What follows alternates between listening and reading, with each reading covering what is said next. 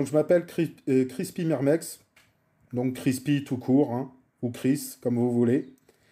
Je suis passionné de fourmis depuis plus de 10 ans maintenant. Et ça m'a toujours passionné, on va dire. Même gamin, j'adorais les regarder. J'adorais. Merci Tactique pour ton suivi. J'adorais voir un petit peu celle de chez nous, du coup. Je viens de tomber sur votre live. Enchanté. Salut Emeline. Merci pour le cœur sur toi. Merci Bib sur le suivi. Et donc, il y a 3 ans, j'ai décidé de me lancer dans l'élevage de fourmis. Voilà. Voilà, j'ai décidé de me lancer dans l'élevage de fourmis. J'ai appris à 8 ans à peu près qu'on pouvait élever. Merci Anza pour le suivi. Qu'on pouvait élever des fourmis. Et il y a 3 ans, je me suis lancé dans l'élevage. Et ce soir, on va faire un petit concept. C'est un petit concept que j'ai mis... Se lancer pour les observer, pour faire quoi? Alors, pour les étudier, les observer, littéralement aussi pour en découvrir, vraiment découvrir. Voilà. Vive les fourmis. Et donc, du coup, le concept du soir, c'est pas compliqué. On fait comme un tout petit championnat de beauté. Alors, vous allez voir du duel de fourmis, mais du duel visuel. Comment les exterminer? Je les supporte plus. Il y a plein de solutions. Il y a plein de solutions. Je t'invite à aller voir sur YouTube, sur Google. Tu as plein de solutions pour le faire.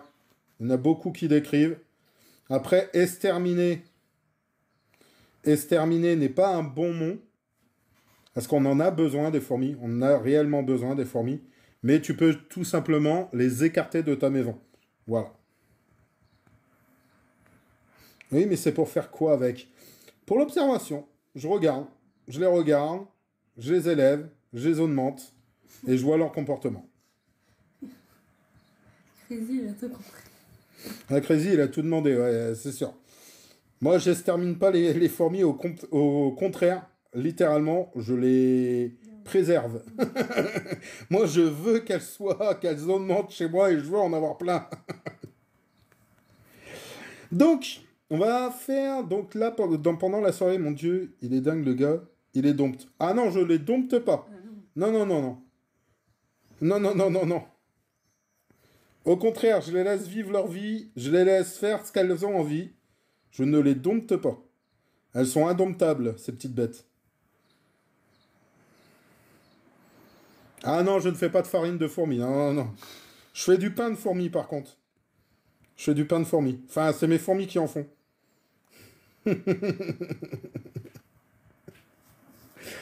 Donc, du coup, là, ce soir, on est à la 5e journée de mon championnat. Merci, Massi, pour ton suivi. On est à la 5e journée du championnat, donc un championnat de beauté.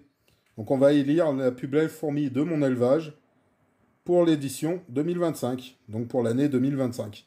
Alors, comment on fait? Comment on va faire? Tout simplement, je vais vous présenter 2 espèces. Je vais vous présenter par 2 espèces.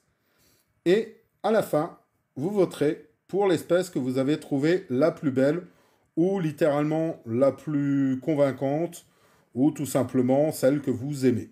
Voilà, s'il y en a des connaisseurs qui sont là, vous pouvez très bien connaître les fourmis, et dire « Ah, il a l'espèce que je préfère, donc je vote pour elle. » Voilà. Donc pour ça, vous allez avoir un petit bloc-notes qui va apparaître tout en haut avec un timer. Vous aurez juste à cliquer dessus. Vous allez avoir le nom des 2 espèces. Et il suffira de voter pour l'espèce que vous avez préférée. Alors, je vais vous dire des petites anecdotes. Je vais vous dire de où elles viennent. Je vais vous dire leur nom. Elles se reposent jamais. Elles font des micro-siestes, les fourmis. C'est vraiment des micro-siestes. En fait, on va les voir s'arrêter comme celle-là, là. Celle que tu as là, là. Et elle va se réveiller et elle va se remettre au travail. Voilà. Voilà, voilà. Donc, au niveau du championnat, vous avez la possibilité de donner un point bonus à l'espèce que vous avez préférée. Pour cela, merci Biggie pour ton suivi. Pour cela, c'est la personne qui arrivera première de mon... Enfin, des donateurs que vous avez là-haut, là. Que vous avez ici. C'est celle qui arrivera première qui pourra donner le point à l'espèce qu'elle aura préférée à la fin du live. Je parle bien à la fin du live. Si, par exemple, il y a quelqu'un qui donne des cadeaux, qui a un assez bon montant, mais qui doit partir, n'hésitez pas à me le signaler et je vous demanderai l'espèce que vous avez préférée pendant la période où vous étiez là. Voilà. Et s'il n'y a personne qui vous détrône pendant la soirée, s'il y a vraiment personne qui vous détrône pendant cette soirée-là, je mettrai le point à l'espèce que vous aurez choisi. Sinon, c'est la personne qui vous aura détrôné qui choisira l'espèce. Voilà. Voilà. Donc, il suffit maintenant de commencer. Si vous le vouliez bien. Il y a une coco qui s'est connectée, qui s'est abonnée. C'est toi? D'accord. Voilà. Vous êtes prêts? On y va? Donc je vais vous présenter la première espèce de la soirée pour ce premier duel. Donc duel d'ouverture. Alors, vous avez devant vous donc une Camponotus japonicus. Comme le nom l'indique, elle vient d'Asie. Alors, elle ne vient pas exceptionnellement du Japon, contrairement à son nom. Elle vient... Elle vient d'Asie en général. On peut la trouver un peu partout en Asie. Donc, c'est l'une des espèces les plus grosses de Camponotus d'Asie. Je parle bien d'Asie, hein. On a plus gros, bien sûr. Et au niveau de la taille, pour vous dire par rapport à mon index, voilà, par rapport à la reine, qu'est-ce que ça donne? Là, vous avez la reine juste là. La reine par rapport à mon ongle, par rapport à mon index. Voilà la taille qu'elle peut atteindre. C'est une assez bonne taille, hein, comme vous avez pu voir. Alors, ce sont des petites mémères qui sont vachement. Merci Enzo pour le suivi, merci beaucoup. Ils sont vachement calmes. J'ai d'autres fourmis, elles ne resteraient pas comme ça, elles bougeraient dans tous les sens. Mais celles-ci, elles sont super calmes. Alors, je les ai depuis novembre 2023. Elles ont eu un bon petit développement l'année dernière qui s'était stoppé assez tôt dans l'été. Et là, elles sont reparties de plus belle. Et comme vous pouvez voir, j'ai voulu qu'elles déménagent dans un seul tube. Mais elles ne veulent pas, elles gardent les deux tubes. Comme vous pouvez voir. Voilà. Alors, sinon, au niveau du comportement en elle-même, on est sur de la fourmi qui va littéralement vous agresser quand elle va augmenter au niveau nombre. Là, pour l'instant, on va parler que c'est une petite fondation, c'est une petite colonie. Donc, elle va rester toute tranquille. Arrivé à un moment, elle va être beaucoup plus opportuniste et elles vont beaucoup plus venir dans l'aire de chasse et s'amuser avec vous quand vous allez leur donner littéralement de quoi manger. Voilà. Alors, je parle de manger, je vais vous parler un peu de ce que je leur donne. Alors, en élevage, on va leur donner des sirops à base de fruits, la plupart du temps, ou de miel ou de sucre, quelconque, qui vont leur servir donc de liquide. En fait, certaines fourmis en elles-mêmes peuvent s'échanger les liquides assez facilement et on leur donne par l'intermédiaire donc de liquide sucré. Voilà. Sinon, pour l'apport en protéines, on va leur donner des insectes, en général. Alors moi, je leur donne tout type d'insectes, que ça soit du criquet, du ver de farine ou de la blatte. Il y a un temps, je leur donnais de la mouche aussi, mais c'est les moins protéinés, les mouches. Voilà. Entre autres, pour cette petite Japonicus. Et elle est opposée ce soir à une petite fourmi qu'on trouve ici en Europe. Yep là.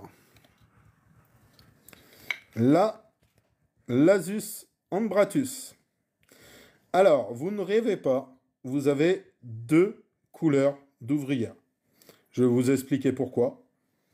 Tout simplement, la reine qui se trouve en dessous du coton, alors je ne sais pas où elle est exactement, ouais, elle est en dessous du coton, on va avoir du mal à la voir.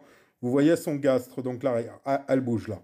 Donc c'est la plus grosse que vous voyez au niveau du coton.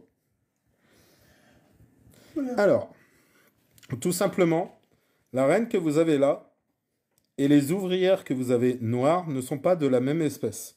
Alors, pourquoi? Tout simplement parce que la reine, elle a besoin d'autres ouvrières pour pouvoir commencer à fonder. En fait, toutes les fourmis que vous voyez jaunes, ce sont ces vraies ouvrières de la vraie espèce. Donc Lasus ambratus. Les noirs que vous voyez, ce sont des Lasus SP noirs. Voilà. Vous en verrez un peu dans la soirée, vous en verrez d'autres dans la soirée. Mais celles-ci ont la particularité donc de pouvoir avoir deux espèces d'ouvrières différentes. Bien sûr, tout au long de leur vie, elles vont pas rester comme ça. Arrivé à un moment, je n'aurai que des jaunes. Mais les jaunes pourront s'occuper du couvain et pourront subvenir à la colonie sans aucun souci. Voilà. Donc on appelle ça des fourmis parasites. En fait, elles vont parasiter une autre colonie pour pouvoir fonder la leur, pour pouvoir faire la leur. Donc là, on est sur de la Lasus ambratus, de la Lasus que vous pouvez trouver en Europe et en France, bien sûr. J'en ai vu de nombreuses en France même.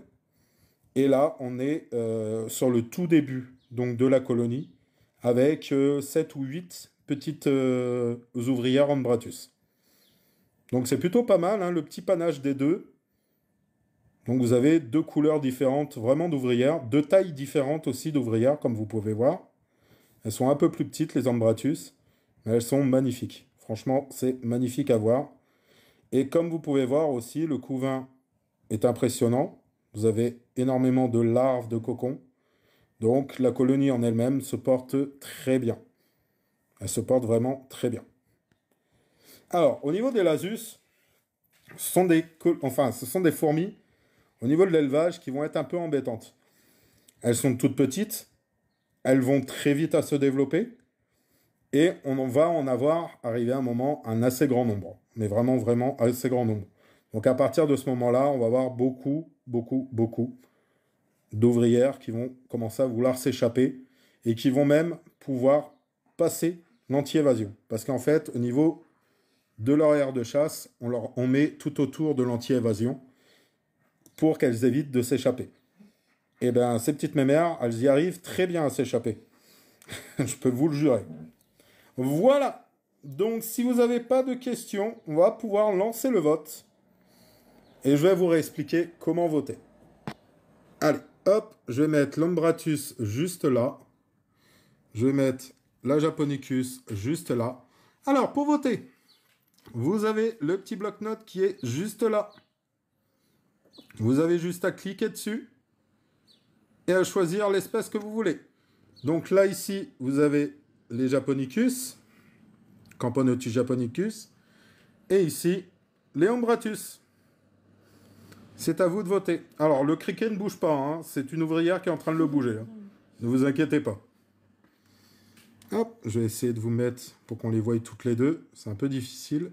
Ça zoome sur un. Alors, on va laisser les Ambratus.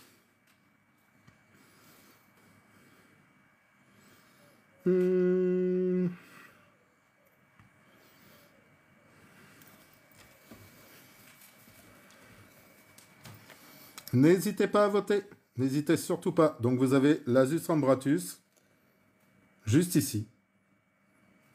Et Camponotus japonicus, juste ici.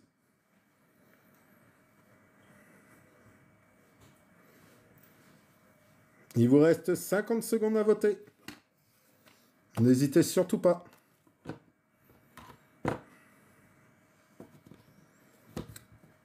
Donc les petits japonicus qui sont là, Camponotus japonicus. Et ici, l'Asus ambratus. Il n'y aura pas de remettre le noir des ambratus. Oui, oui. J'adore ce panache de jaune et de noir. J'aime beaucoup.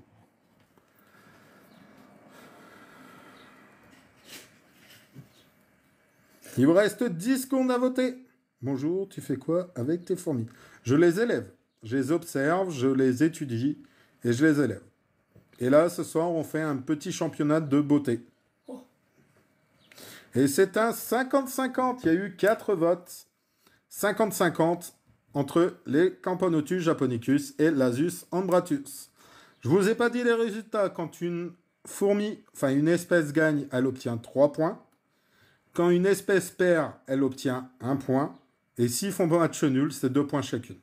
Voilà. Donc là, si vous avez compris, elles obtiennent toutes les deux 2 points. Merci Mokro pour ton suivi. Merci beaucoup. Allez, on va les cacher.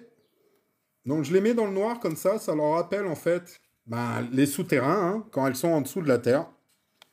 Voilà. Et donc du coup, ça leur réduit la lumière et ça leur permet donc d'être un peu plus rassurés.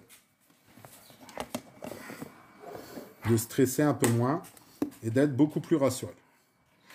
Alors, on va continuer ce championnat avec une autre espèce de Camponotus. Une Camponotus qui vient d'Europe, et plus particulièrement... Nico? Oui. Et plus particulièrement aussi de France. Hein. Ce sont les Camponotus cruentatus. Donc de très belles fourmis. De très belles fourmis. Avec de magnifiques couleurs. Donc, pareil, je crois que c'est la deuxième espèce la plus grosse d'Europe, la Cruentatus. Déjà, je crois que c'est la deuxième plus grosse en France. Derrière la Niniperda. Alors, petite particularité chez elles, elles ont une couleur, mais vraiment atypique.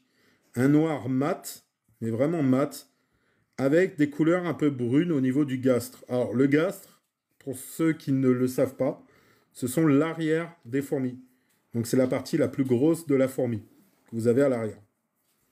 Donc là, si vous voyez sur la média que vous avez là, donc c'est une ouvrière qui est un peu plus grosse que les autres, vous avez beaucoup ces couleurs un peu brunes au niveau du thorax et au niveau du gastre. Elle est même magnifique. Je ne l'avais pas encore vue, elle. Du net, il n'y a pas si longtemps. Et franchement, elle est super, mais super belle.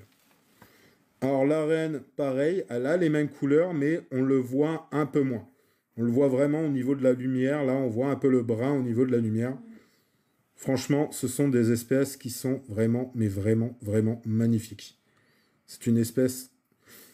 Alors, on voit bien leur couleur. Ouais, là, la couleur, on la voit très bien. Regarde. Pour une fois. Pour une fois, on voit très bien la couleur et j'en suis plus que ravi. Alors, pour moi, personnellement, c'est l'une des Camponotus que je trouve les plus belles. Vraiment, vraiment, vraiment. Derrière, les Lateralis, que je détiens, mais que vous ne verrez pas ce soir. Mais c'est vraiment l'une des Camponotus que je préfère française. Bien sûr, je précise française. Voilà. Alors là, elles ont, on va dire, elles sont un tout petit nombre, mais elles se développent très bien. C'est une espèce qui va avoir 3 ans au mois de novembre. Donc la reine, elle, a déjà 3 ans, mais la colonie en elle-même va avoir 3 ans au mois de novembre, à peu près. Voilà, environ. Donc ce sont des Camponotus qui vont être très calmes au début, et plus la colonie va s'agrandir, plus elles vont devenir agressives. Et chez les Cruentatus, c'est encore plus que chez les Japonicus que je vous ai montré tout à l'heure. Les Cruentatus, elles ne vont pas hésiter à partir du nid et à s'échapper ou à littéralement vous attaquer quand on va les nourrir. Voilà. J'essaierai de vous faire une vidéo un jour quand elles seront un peu plus nombreuses pour vous faire voir ce côté un peu agressif selon les espèces. Hier, j'ai couru après 4 fifis qui s'étaient barrés. Cruentatus? Oui. Ah bah oui, mais c'est pas étonnant. Vous voyez, elles sont déjà ma femme qui s'en occupe quand moi je peux pas m'en occuper. Merci Isabelle pour ton suivi. Elle est déjà embêtée par, alors qu'elles sont une petite dizaine, elle est déjà embêtée. Alors, la reine décide de sortir un petit peu. Enfin, de bouger un petit peu. Comme vous pouvez voir, franchement, magnifique. Petite toilette devant vous. Superbe espèce. Un beau couvain qui va annoncer du beau hein, pour l'avenir. Vraiment du beau. Alors là, vous avez une trophalaxie. Donc la trophalaxie, en fait, c'est de l'échange de liquide par leur appareil buccal.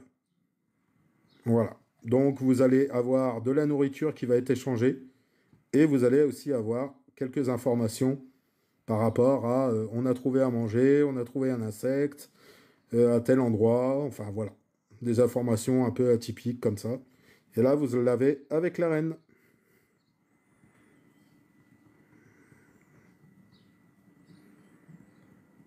Alors, pour ceux qui sont amateurs de fourmis, est-ce que vous savez comment on appelle une reine en myrmécologie? Pour ceux qui le savent. S'il n'y a personne qui répond, je le dirai, ne vous inquiétez pas. Est-ce que vous le savez ou pas? Donc, je vous apprends un peu de vocabulaire en même temps. Donc la reine, dans une colonie de fourmis, on appelle ça une gyne. Donc G-Y-N-E. Voilà. Donc un beau petit couvain. Franchement, une super belle espèce. Donc là, c'était la Camponotus cruentatus. Alors, je vais vous amener très vite à leur concurrente, parce que j'ai presque plus de batterie. Hop là, je cache. Alors, leur concurrente de ce soir, c'est une autre espèce de Camponotus, mais une espèce de Camponotus. Merci Molite pour le suivi. Une espèce de Camponotus d'Asie. Les Camponotus nicobarensis.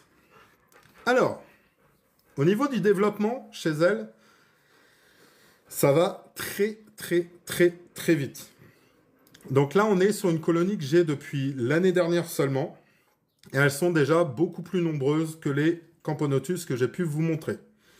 Donc vous avez déjà des majors, comme la plus grosse que vous avez au sommet, là, au niveau du tunnel, au plus haut du tunnel. Vous avez énormément de cocons.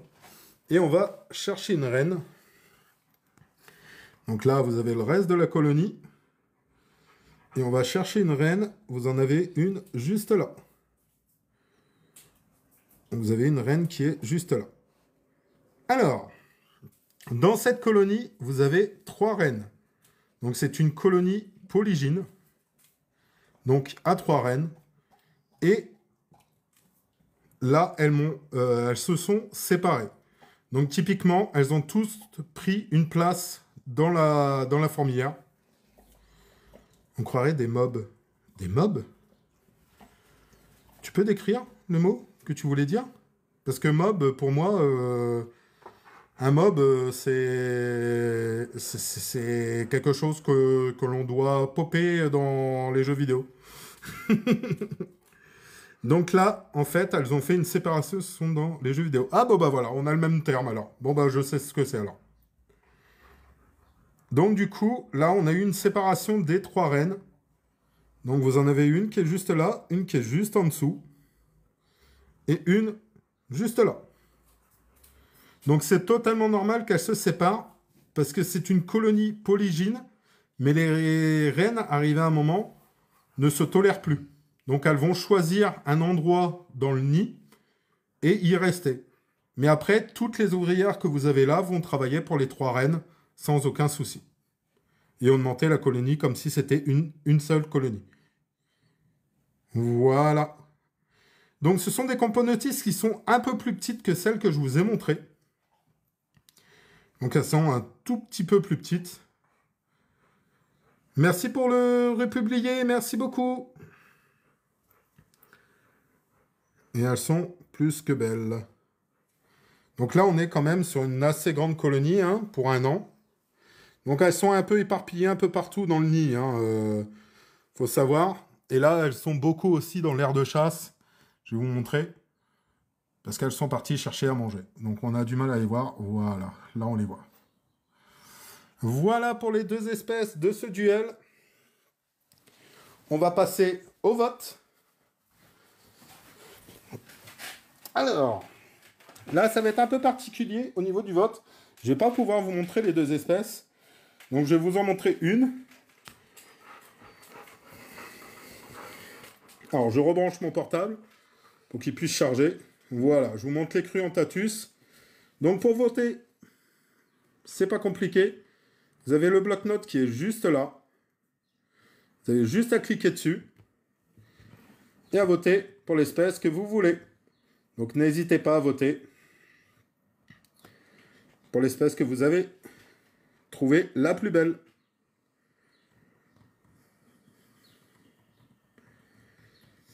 Donc il vous reste 1 minute 20 pour pouvoir voter.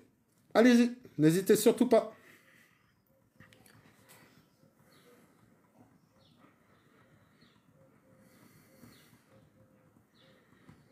Donc là, vous avez les Cruentatus, et rappelez-vous, dans le nid qu'il y avait tout à l'heure, c'était les Nicoberendis, donc Camponotus nicoberendis. Et là, ce sont les Camponotus Cruentatus. Il vous reste 50 secondes pour voter. N'hésitez surtout pas.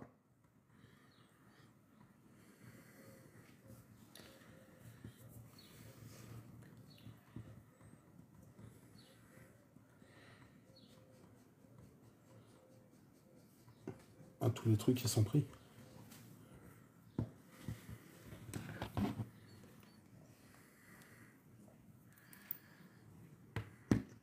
N'hésitez pas à voter, il vous reste 30 secondes. Donc ici, vous avez les Camponotus Cruentatus. Et pour ceux qui étaient là, vous aviez les Camponotus nicoberendis. Donc dans le nid, avec 3 reines.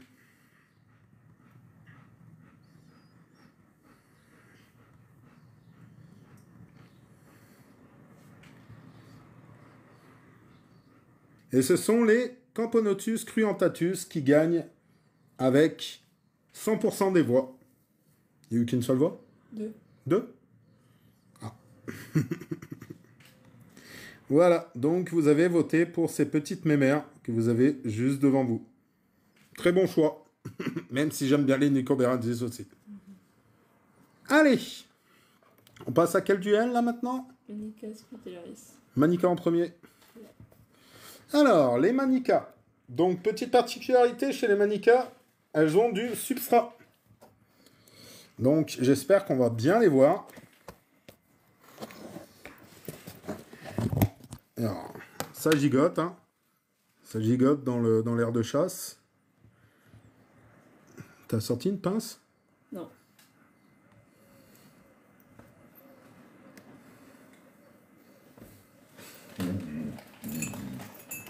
Donc, alors, attendez, je vous les cherche. Donc là, c'est en train de travailler, hein, c'est en train de déblayer un petit peu le substrat. C'est en train de faire un peu de galerie en dessous du substrat. Mais le principal de la colonie se trouve ici. Donc, dans le tube. Alors, je vous les montre quand même. Hein. Je vais essayer de vous les montrer. Alors, je vais vous expliquer pourquoi je ne mets pas mes mains. Je vais vous expliquer pourquoi je ne mets pas mes mains à l'intérieur, pourquoi je n'attrape pas le cache. Tout simplement parce que ce sont des espèces qui piquent. Donc c'est une espèce qui sait se défendre et qui a un dard. Alors, pour vous expliquer, donc ce sont des espèces européennes, donc une espèce européenne, une espèce que l'on peut trouver en France, et c'est l'une des espèces les plus, enfin, une des rares espèces en France qui est capable donc de piquer. Voilà. Alors, elle a une piqûre un peu équivalente à celle d'une guêpe pour celle-ci. Donc, ça fait mal sur le coup. Ça va téter, toi? Donc, ça fait mal sur le coup, mais bon, ça va. C'est pas une grosse douleur. Alors, on est sur une toute petite colonie. Hein. Il n'y a pas beaucoup d'ouvrières hein, dans cette colonie. Elle se relance petit à petit. J'ai eu beaucoup de pertes ces derniers mois. Et la chaleur ne fait pas non plus parce que ce sont des fourmis qui aiment la fraîcheur. Donc là, malheureusement, C'est une question. Est-ce que la reine, elle pique aussi? Oui. La plupart du temps, quand donc ma femme m'a demandé, est-ce que la reine pique aussi? Oui, il y a beaucoup de personnes qui me suivent, oui.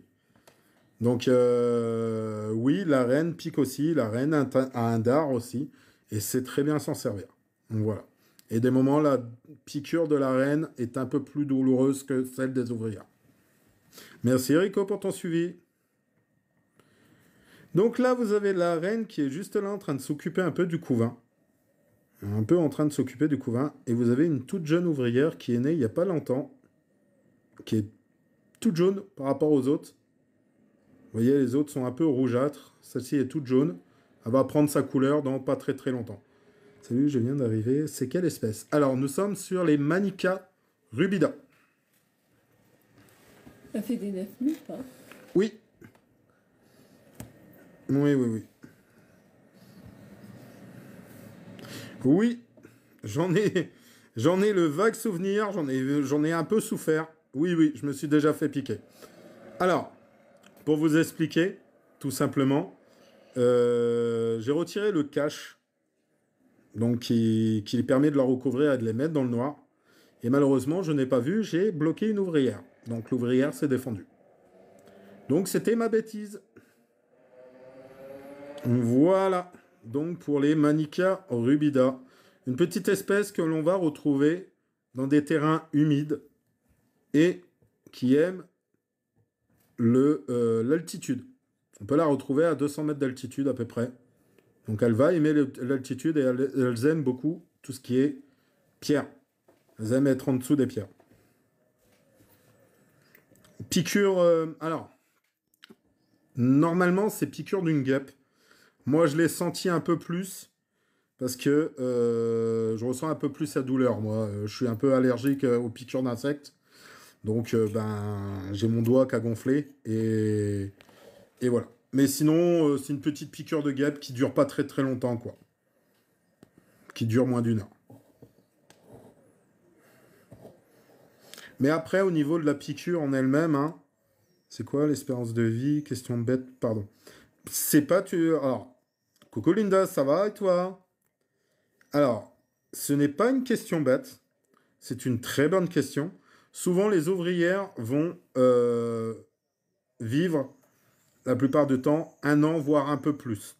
Mais très rarement au-delà.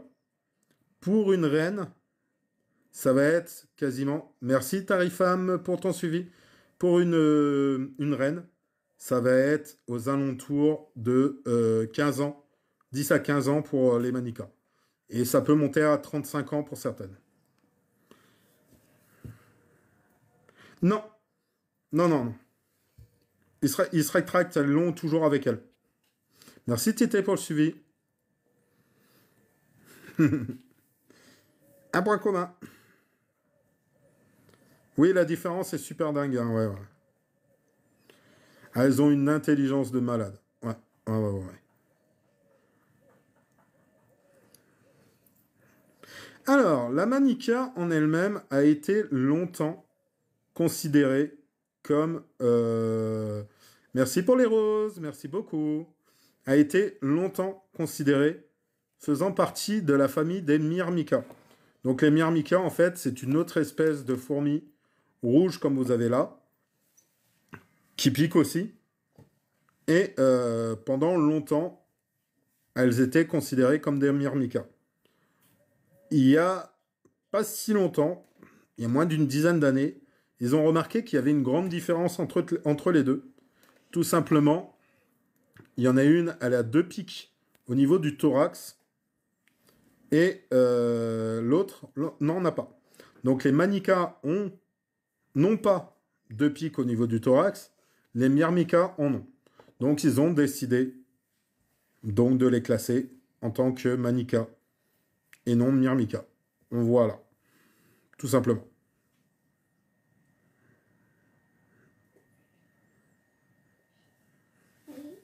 Ta copine a aussi des fourmis ou pas? Alors, elle n'a pas des fourmis, elle s'occupe des miennes. Elle s'occupe des miennes de fourmis, quand moi je ne peux pas m'en occuper. Donc la plupart du temps, tout le temps. Parce que moi, la plupart du temps, je suis au travail. Donc, quand je peux les voir, bah, j'en profite. Quand je peux m'en occuper, j'en profite. Mais vous la verrez tout à l'heure, ma copine a son espèce à elle. A sa colonie à elle. Vous la verrez tout à l'heure. Allez, on va passer à mon espèce préférée. Alors, je vais essayer de vous la tourner pour que vous la voyez bien. Hop là. Gabi, tu peux te décaler vers le canapé, s'il te plaît. On va te mettre à côté de papa, si tu Voilà, donc mon espèce préférée. Alors, vous allez avoir du mal à les voir, parce qu'elles sont rentrées en nid il n'y a pas longtemps. Oui, j'en ai beaucoup, beaucoup, beaucoup. Donc, hop là. Donc, mon espèce préférée, les Crématogastères scutellaris. Donc, ce sont des espèces que l'on peut trouver en France. Et c'est une espèce que j'adore. Tout simplement par le fait de leur couleur et de leur moyen de se déplacer. En fait, elles ont un moyen de se déplacer un peu atypique. Hein. Elles se déplacent, elles ont une couleur magnifique et elles ont une forme. Salut Yvan! Chaque espèce a son nid où elles peuvent vivre ensemble. Non, chaque espèce a son nid et on ne peut pas les mettre ensemble parce que littéralement, elles n'ont pas la même odeur. Normalement, elles ont une odeur coloniale et du coup, cette odeur coloniale ne fait qu'elles ne peuvent pas vivre ensemble. Alors, leur derrière, comme tu dis, donc leur gastre, chez elles, elles ont une forme particulière. Il est en pic, comme la carte. Ivan, nous aussi on a des messeurs barbaris, mais vous les verrez pas ce soir. Si, on va les voir vite fait. Ouais, je vais les montrer vite fait. Voilà. Donc c'est une fourmi que j'adore. J'ai tout de suite craqué dessus quand je les ai vus. Et il m'en fallut une. Alors, j'ai eu du mal à avoir une colonie, hein, je peux vous le dire. Elle mange quoi? Alors, des liquides sucrés et des insectes. Oui, Tété, il y en a où on a trouvé nous-mêmes. Voilà. Totalement, c'est ça. Ah, j'ai trouvé des fuyardes. Où? Ah, c'est elle qui s'enfuit? Faut que je trouve un socle, un truc pour mettre au-dessus. Il y en a une qui se balade. Voilà. Donc c'est une toute petite colonie, hein. Ça commence à augmenter un petit peu. Alors la reine, j'aurais du mal à vous la montrer, elle va être dans le fond. C'est ça, Tariq. Elle doit être là. Regarde.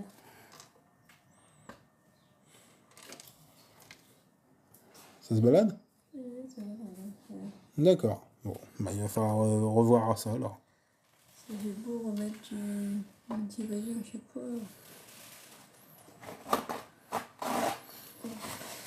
Alors je les montre bien, vous les voyez bien. Donc elles vont avoir la tête qui va être rouge et le corps qui va être noir. Merci Ibrahim pour le suivi, merci beaucoup. Elles sont super magnifiques. C'est des fourmis, Linda.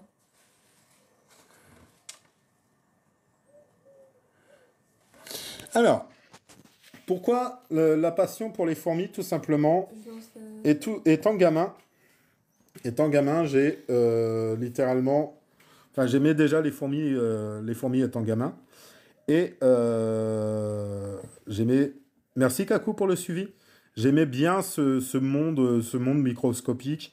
J'en voyais régulièrement, mais vraiment régulièrement.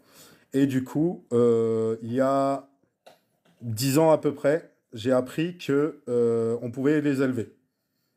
Alors, bonne aubaine, hein, ça fait... Bon, étant gamin, je m'en intéressais, hein, bien sûr, mais ça fait à peu près 10 ans, du coup, je m'en intéresse vraiment, vraiment, vraiment. Et c'est devenu une passion, quoi. Voilà. C'est vraiment devenu une grosse passion. Et j'ai commencé l'élevage il y a 3 ans. Alors, pour voter, c'est pas compliqué. Vous avez... Alors, je cherche mon doigt sur l'écran. Il est juste... Il est là. Excusez-moi. Voilà, vous avez le bloc-notes qui est juste là. Vous avez juste à cliquer dessus et à choisir l'espèce que vous voulez.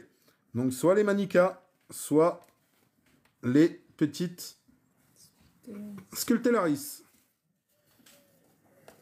Alors, Linda, soit elle mange des blattes, des criquets.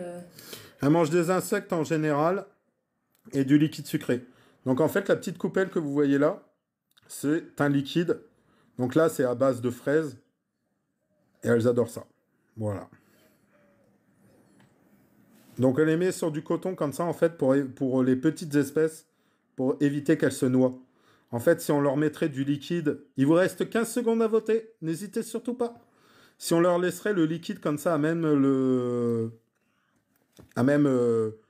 comment dire, la coupelle, elle risquerait de se noyer. Le vote est gratuit, Oui. n'hésitez pas. N'hésitez pas, les votes sont totalement gratuits. Hein. Et c'est la Manika Rubida qui gagne. Il y a eu 5 votes. Ça fait comme, GG. ça fait comme la... 60-40. GG. Merci pour les 5 votes. Merci énormément. Comme au premier vote. À la dernière seconde, personne n'a voté. Merci énormément, franchement, Attends. de votre participation. Bouge pas. Bouge rien du tout. Viens là, saloperie. Oh, comment tu parles? Viens là. Ce ne sont pas des saloperies. Si, elle, si. Ce sont des fourmis. Saloperie. Alors, je vous explique. En fait, Et viens là. il y a une espèce en fait qui n'a pas de couvercle sur leur aire de chasse. Et en fait, elles ont trouvé le moyen de s'échapper à chaque fois qu'on met de l'anti-évasion. Et on a beau mettre de l'anti-évasion, elle s'échappe. Donc en fait, il va falloir que je trouve de quoi recouvrir l'entrée de l'aire de chasse. Ça sera le seul moyen pour moi de les contenir. Voilà. Voilà. Parce qu'en plus, c'est une petite espèce, c'est pas une grosse espèce. Vas-y, je t'avale. Donc voilà. Vas-y. Alors, on va passer au prochain vote. Oui. Je vais remettre le cash aux Manika. Donc ce sont les Manika qui ont gagné hein, pour ce duel-là. Oui. Hello vibration. Hop là. Tac. Hop. Tu refermeras bien. Et on va remettre le cash. Ah, doucement. C'est pas moi. J'ai pas le temps de les... Alors, La prochain. L'asus jaune en premier. L'asus jaune en premier. En premier, les Lasus jaunes. Hop. Alors, les Lasus SP jaunes. Une petite espèce que l'on peut trouver en France assez facilement, assez régulièrement. Et ce sont des espèces... Alors, vous avez la reine qui est juste là. Donc, c'est une espèce qui va être plutôt diurne. Donc, qui va sortir à la tombée de la nuit. Alors, pourquoi? Je ne sais pas. Littéralement. Peut-être dû à leur couleur. Hein. Donc, c'est une espèce que, comme vous pouvez voir, qui est jaune doré. Qui a une très belle couleur. Alors, qui sont moins fuyardes que leurs cousines SP noires. Mais qui sont tout aussi petites. Alors là, on est sur une colonie qui a à peu près 4 ans. Donc c'est une colonie qui doit avoir à peu près 4 ans. Mais c'est une colonie, malheureusement, où j'ai eu quelques petits soucis pendant cet hiver. Mais elle se relance sans aucun souci. Il y a beaucoup de naissances. Et littéralement, elles repartent. Alors la reine, vu qu'il y a eu de la lumière, elle est partie se cacher. Là, comme vous pouvez voir, au niveau du coton, elles m'ont sali le coton assez facilement. Et elles font des galeries à l'intérieur du coton. Voilà. Donc, on va bientôt les libérer pour les remettre dans un autre tube ou dans un autre nid de fondation pour éviter qu'il arrive une catastrophe, malheureusement. Voilà pour cette petite Lasus toute jaune. Pourquoi? Alors, contrairement à tout à l'heure, je vous ai montré tout à l'heure donc les Lasus ombratus.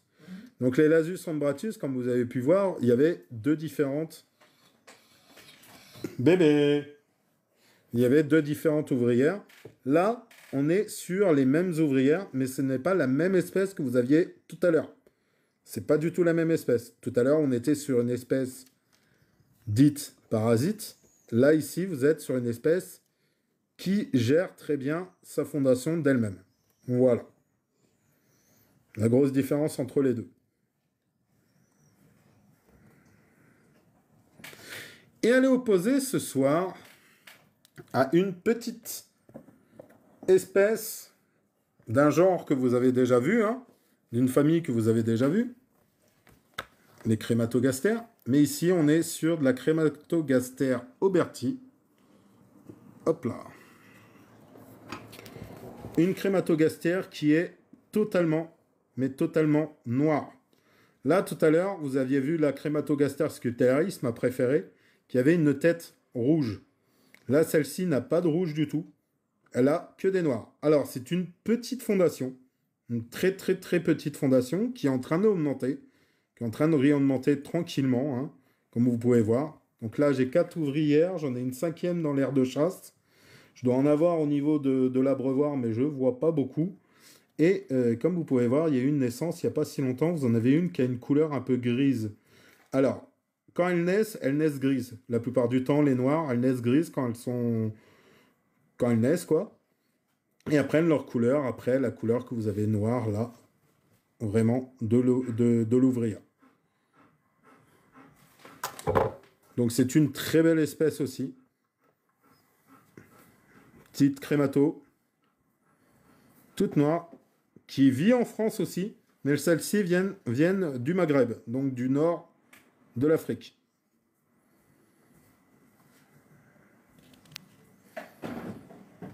Voilà. Donc elle a un beau petit couvain, elle va bien repartir pour cette année. Alors elles ont un développement beaucoup moins rapide que les Scutellaris, mais ça devrait pas trop tarder au niveau du développement, parce que là je vois beaucoup de petites nymphes, donc de futures ouvrières. Elles sont vraiment toutes tranquilles, hein, celles-ci. Hein. Ça bouge pas beaucoup. Hein. J'ai le temps de vous le montrer. Donc voilà. On va passer au vote, si vous le voulez bien. Donc je vais tourner les Auberti. Vous mettre les Lasus jaunes juste à côté l'une de l'autre. Voilà. Et on va pouvoir lancer le vote. Donc pour voter, c'est pas trop compliqué. Vous avez le petit bloc-notes juste là avec un timer. Vous avez juste à cliquer dessus et vous allez avoir les deux espèces. Donc ici, l'Asus SP jaune et ici, Crématogaster Auberti. À vous de voter.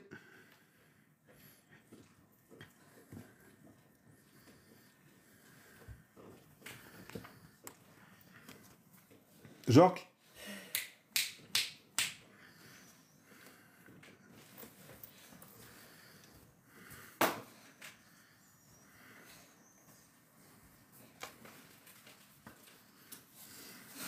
Donc, si vous voulez voter l'Asus SP jaune, juste ici. Crématogaster Auberti, juste là. Il vous reste 40 secondes pour voter. N'hésitez surtout pas. N'hésitez vraiment pas. Le vote est totalement gratuit. Il n'y a rien à dépenser. Et vous participez en plus.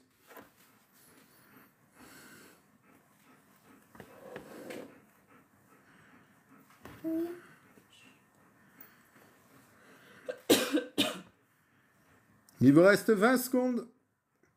Donc ici, vous avez les Lasus SP jaunes. Et ici, les Auberti. Crématogaster Auberti.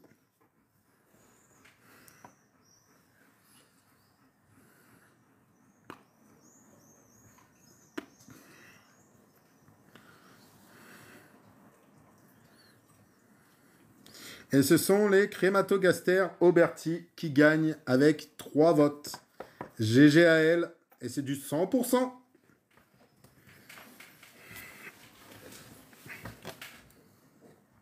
Et hop là. Hop, on cache.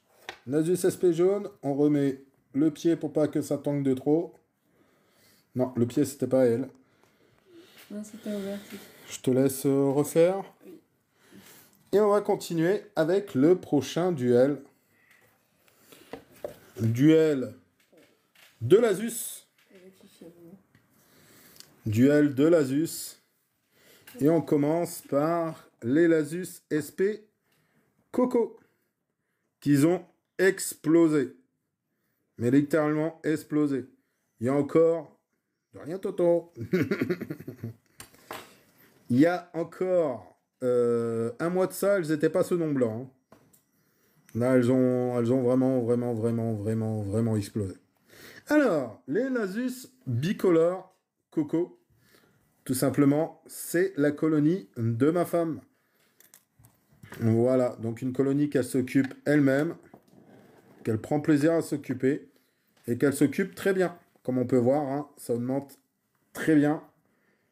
Et franchement, la colonie se porte à merveille. Elle a un couvain de malade, un couvain en devenir de malade. Franchement, il n'y a rien à dire sur cette colonie. Vous avez la reine qui est juste là, qui est partie se cacher, comme par hasard. On la voyait bien, et là, elle est partie se cacher. Donc, petite anecdote. Pourquoi je l'appelle Lasus SP Coco? Alors, ce n'est pas une variété de fourmis, hein. C'est tout simplement parce que c'est celle de ma femme. Et typiquement, ma femme a décidé de la garder parce que la reine, en elle-même, est rentrée chez nous, par hasard, et elle l'a retrouvée sur son oreiller. Voilà. Donc elle a dit, celle-ci, ça sera la mienne, et je la garde. J'ai dit, ok, mais tu t'en occupes. Et elle s'en occupe très bien. Il n'y a pas de souci par rapport à ça. Je dirais pas qu'elle s'en occupe mieux que moi, hein. Elle s'en occupe très bien. Si, elle s'en occupe mieux, mais largement mieux que moi. Pour être honnête. Donc une belle petite colonie. Vraiment une belle colonie. Qui a eu beaucoup de naissances, qui va avoir beaucoup de naissances. Et qui va nous remplir pas mal le tube. Dans les prochains mois, on va dire, hein. Voilà. Donc pour cette petite espèce. Et elle est opposée ce soir à une autre Lasus. Donc je vais pousser un petit peu les Lasus SP Coco. Et ce soir, elle est opposée aux fuyardes. Donc les petites fuyardes, hein, les Lasus SP noirs. Donc c'est une colonie qui est aussi, hein, qui explose aussi, hein, qui va littéralement... C'est moi ou pas toi? C'est moi, pas toi? Ok, il n'y a pas de souci. Merci pour ton suivi. Et là, on voit bien la reine. On voit très bien la reine, comme vous pouvez la voir là. Donc, c'est une Lasus totalement noire qui a énormément pondu et qui va augmenter très vite. Donc là, le nid est un peu grand pour elle. Hein, et, il est un peu grand pour elle. Mais il n'y a pas de crainte, hein, par rapport à ça. Ne vous inquiétez pas, sympa, c'est dur de se lancer. Alors, selon les espèces, pas du tout. Par exemple, l'espèce que je te présente là, c'est une des plus faciles pour se lancer dans l'élevage de fourmis. Donc c'est une espèce que tu peux trouver en plus en ce moment, à l'état sauvage. Hein. Donc en récupérant les reines comme tu as là. Celle-ci a été récupérée dans la nature. Je l'ai récupérée... où on me l'a donné, bien sûr. Et après, c'est hyper facile à se lancer. Hein. Tu les mets dans des tubes comme on a fait là. Et après, elles se multiplient par elles-mêmes. Hein. Si tu as de la chance, elles se multiplient bien comme celle-ci, comme les deux là que je te présente. Si tu as un peu moins de chance, ben, elles prennent leur temps.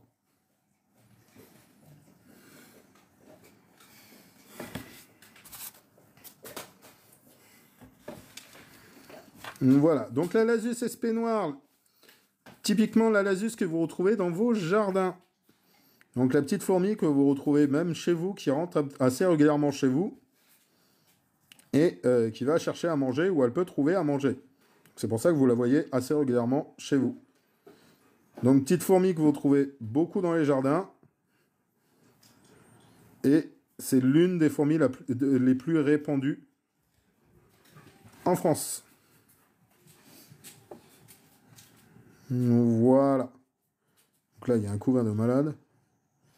Il n'y a rien à dire. Ils sont en train de se balader dans l'air de chasse. Alors, je vous ai expliqué tout à l'heure.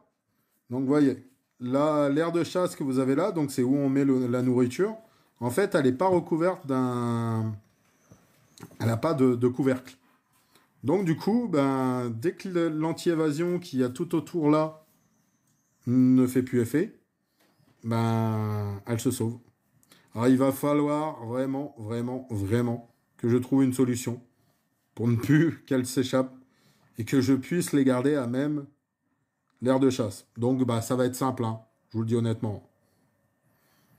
Je vais faire un couvercle. Alors, je vais te répondre au tout départ, non. Par la suite, oui. Je t'explique, juste après mon explication. En fait, plus ta colonie va augmenter, plus tu vas acheter de nids. Voilà. Donc en fait, au moment que tu vas commencer à vouloir, selon l'espèce que tu vas avoir, au moment que tu vas avoir une augmentation de la colonie, tu vas acheter des nids à foison. Mais vraiment à foison, à foison, et à foison. Et à partir de ce moment-là, ça coule en argent, quoi. Au tout départ, pour moins de 10 euros, tu peux te lancer. Mais arrivé à un moment, malheureusement, va falloir compter en centaines d'euros. Et voire même un peu plus pour certaines espèces.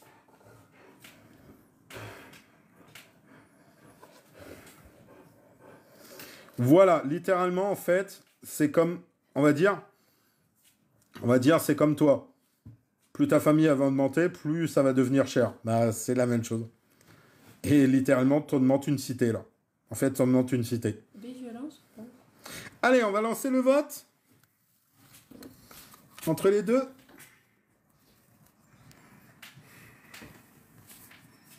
On va lancer les votes entre les deux. C'est parti. Donc, pour voter, c'est pas compliqué. Vous avez le petit bloc-notes que vous avez juste là. Vous avez juste à cliquer dessus et à voter pour l'espèce que vous voulez. Et il vous reste 1 minute 30 pour voter.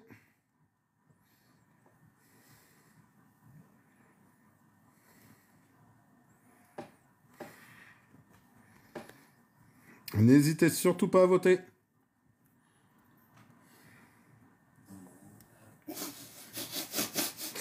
Alors, si vous avez entendu le son, c'est mon chien. Le pire, c'est que lui, j'attends toujours passer le son. Alors, pour les votes, vous avez juste ici l'Asus SP Coco. Donc, la l'Asus de ma femme. L'Asus bicolore. Oui, Marginatus, hein, pour ceux qui connaissent. Et juste ici, la l'Asus SP Noir. Donc, l'Asus des jardins.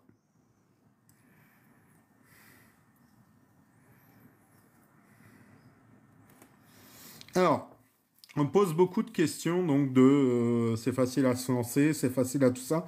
En fait, j'y connais rien, tu peux expliquer brièvement les différences. Alors, là, en fait, c'est la même espèce, en fait, pour même te dire, c'est la même famille. Sauf qu'ici, tu vas, alors, attends, hop, puzzle.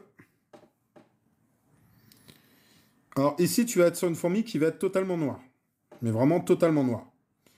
Ici, tu vas être sur une fourmi qui va être bicolore. Donc là, on ne le voit pas trop. Mais à la lumière, elles vont avoir le thorax, donc le milieu, qui va être rouge, en fait. C'est ça la seule différence qu'il y a entre les deux. Voilà. Et tout à l'heure, donc, on me parlait... Alors, résultat, c'est la l'Asus SP Coco qui gagne avec 80%. Et vous avez été 5 à voter. Merci beaucoup de votre participation. Merci beaucoup. Alors, pour explication, donc, c'est facile à se lancer, c'est intéressant à se lancer. Le problème, en fait, qui va se poser, c'est de s'arrêter. Quand vous commencez et que vous êtes vraiment dedans, littéralement, vous découvrez des espèces et vous les voulez. C'est ça le truc. Et je peux vous garantir que c'est le cas. Moi, j'ai de nombreuses espèces que je voudrais bien, mais que malheureusement, je me dis, non, non, non. Non, non, non, tu peux pas les prendre, t'as pas de quoi les installer chez toi. Donc non. Voilà. Donc le plus dur, vraiment, c'est de s'arrêter. De pas en prendre. Voilà, c'est vraiment ça le plus dur. Sinon, après, l'argent, on le trouve, hein, vous inquiétez pas. Voilà, voilà. Par contre, au niveau nourriture, c'est pareil. Arrivé un moment, ça prend beaucoup. Hein. Quand tu parles de Castaneus. Allez, Castaneus. Castaneus. Par contre, là, il va être chaud. Il va être chaud le bleu. Alors, je vous annonce, on va faire les deux extrémités de la map, du monde. Là. On va faire vraiment les deux extrémités. On va d'abord partir aux États-Unis. Ça vous le dit? Vous le voulez bien? Allez, on part d'abord aux États-Unis. Avec la Camponotus castaneus. Une fourmi, comme vous pouvez voir, hein, qui est toute rouge. Qui a un rouge magnifique. Couleur un peu ambrée. Vraiment une couleur un peu ambrée. Avec un développement de malade. Alors, juste pour petite indication comme ça. Avant que je les commence, là, quand je les ai reçus et tout, elles avaient en place, enfin, elles m'occupaient en place dans le tube, genre cette partie-là du tube seulement. En un mois, elles m'ont fait ça. Voilà. Au niveau occupation, voilà un peu le développement qu'elles ont eu, le développement de malade qu'elles ont eu.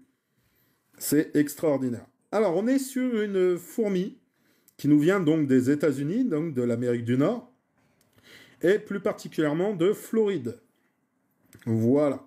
Donc, des petites américaines, bien sympathiques, avec des couleurs magnifiques.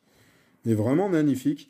Alors, j'ai remarqué, un petit peu comme ça en passant, chaque continent a vraiment sa spécialité, hein, au niveau des couleurs et tout.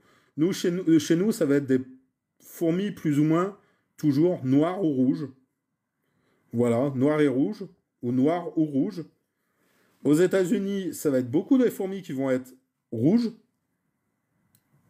Donc comme celle-ci, hein. Et en Asie, bah, vous allez avoir des multicolores. Voilà, ça va être vraiment multicolore, et encore plus en Australie.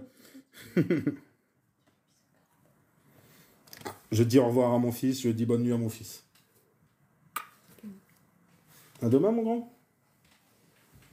Demain, papa. Voilà.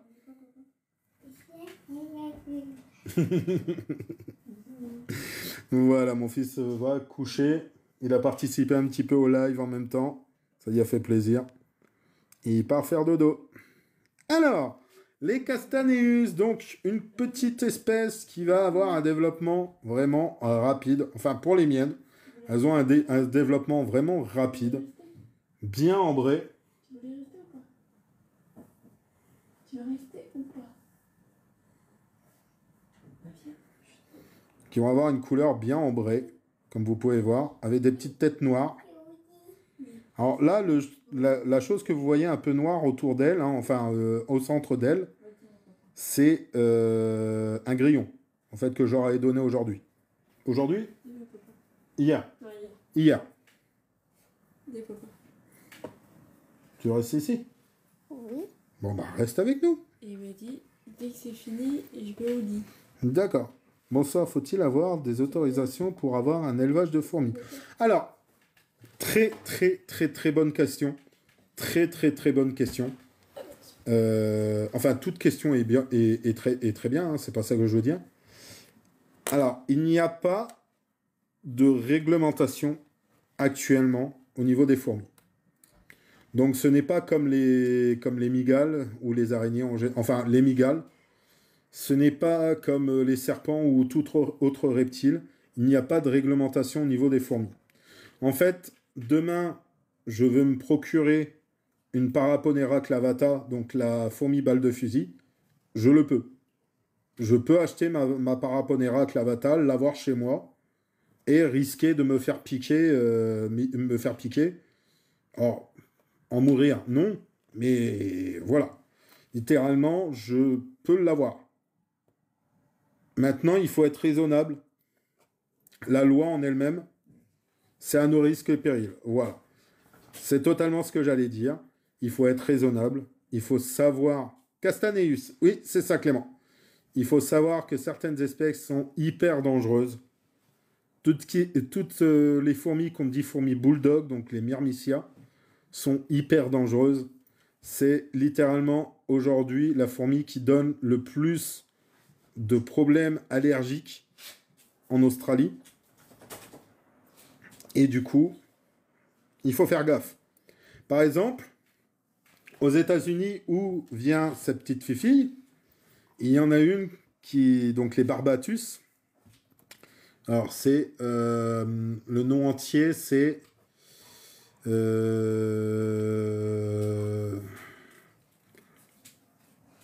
un trou de mémoire.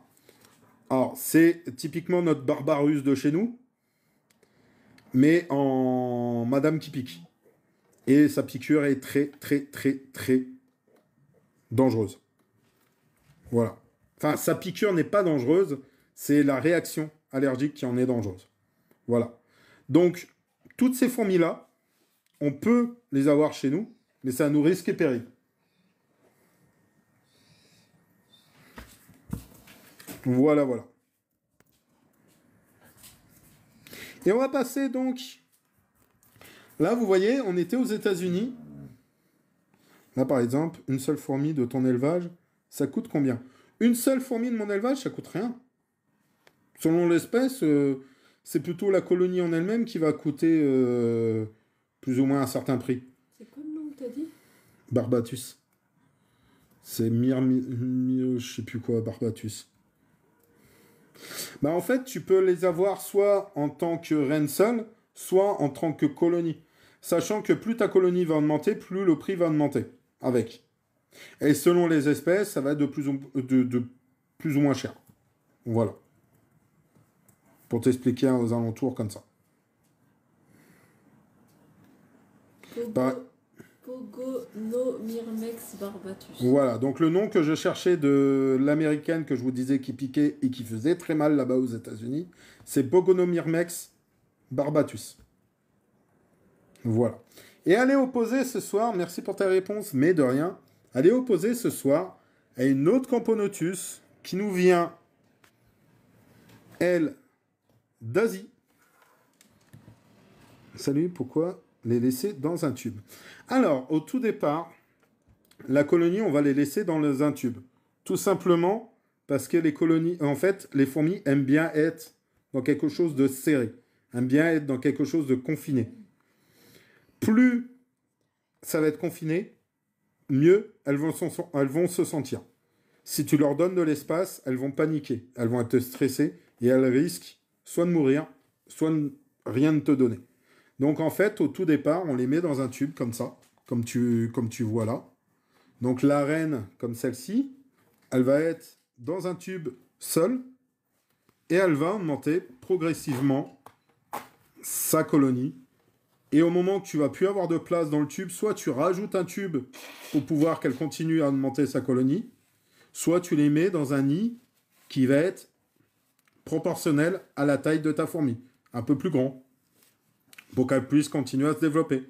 Et plus elle va augmenter, plus tu vas rajouter du nid comme ça, mais tout en sachant que ta colonie doit rester dans du confiné. Par exemple, là, tout à l'heure, tu as vu mes Lasus noirs, mes Lasus SP noirs. Elles étaient dans un nid qui était beaucoup trop grand pour elles. Honnêtement, elles sont faciles à élever, elles ne demandent pas beaucoup de choses. Elles se développent.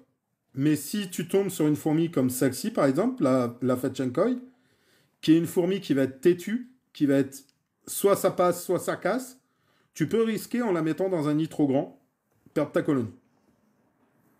Parce qu'elle va être trop stressée, elle va pas savoir quoi faire, elle va pas savoir où aller dans le nid, et voilà, typiquement. Donc, merci Gabin pour ton suivi. Ça se termine à quelle heure? Là, il y a combien? Il y a encore 3 duels, donc c'est là, tout cela là? 3, et ça c'est le 4e. Ok. Et il reste 4 duels, donc littéralement dans peut-être une demi-heure, 3/4 d'heure, ça sera fini. Alors, ça c'est pareil, plus ta colonie va augmenter, plus tu vas leur donner de terrain à se développer, du terrain à parcourir. Par exemple, moi actuellement, j'ai une toute petite colonie comme ça. Une petite aire de chasse comme ça suffit. Pourquoi? Tout simplement parce que tu vas avoir des ouvrières qui vont pas être spécialement trop volontaires à sortir. Plus elle va augmenter, plus ce côté rassurant va augmenter. Donc on va dire, elles vont vouloir découvrir un peu plus. Donc là, tu vas commencer à leur offrir des choses beaucoup plus grandes, des aires de chasse beaucoup plus grandes, et proportionnelles aussi au développement de ta colonie en elle-même. Voilà.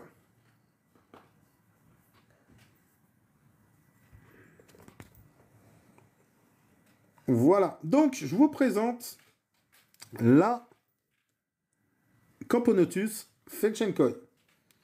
Donc, typiquement, l'une des plus belles Camponotus, pour moi, au monde.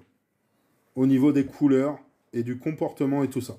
Je trouve cette fourmi super belle. Ce n'est pas ma préférée, mais je la trouve super belle. Franchement, c'est une fourmi qui a une couleur bien spéciale, bien à elle, qui va du jaune au crème, quoi. On peut pas trop savoir quelle couleur elle a réellement. Parce que selon ce que l'on leur donne, elle change de couleur. Je peux vous le dire honnêtement, hein. Donc là, en ce moment, elles ont des liquides un peu jaunâtres et tout, donc elles vont avoir une couleur un peu plus jaune. Si vous leur donnez un liquide rouge, elles vont être un peu plus ambrées. Voilà, ça va suivre comme ça. Selon le liquide, elles vont avoir une couleur un peu différente, vraiment. Mais vraiment. Là, on voit bien.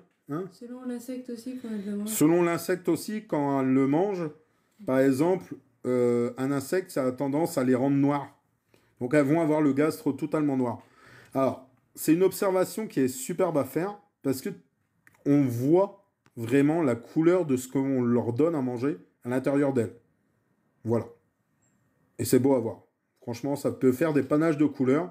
Par exemple, si demain, je veux faire des couleurs rouge, bleu, blanc, orange et tout ça, que je leur donne, elles vont boire différentes couleurs. Et en fait, vous allez avoir des fourmis qui vont avoir un gastre totalement différent après. Et qui va faire vraiment bien. Voilà. Donc là, on est sur une Camponotus qui nous vient d'Asie. Donc on était aux États-Unis, on est parti de l'autre côté du planisphère, en Asie. C'est une fourmi qui est très adorée au niveau de l'élevage. Il y en a beaucoup qui l'ont, il y en a beaucoup qui l'élèvent. Elle plaît énormément. Or, est-ce que ça va être le cas pour vous ce soir? On va le savoir tout de suite avec le vote. Allez, c'est parti pour voter. C'est pas compliqué. Vous avez le petit bloc-notes qui est juste là. Vous avez juste à cliquer dessus et à voter pour l'espèce que vous préférez.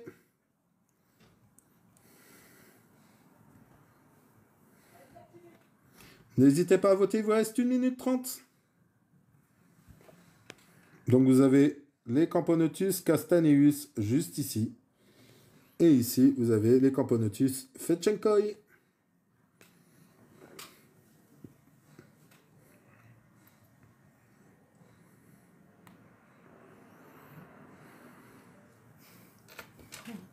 On peut voir la fourmi, on peut voir les petites fourmis.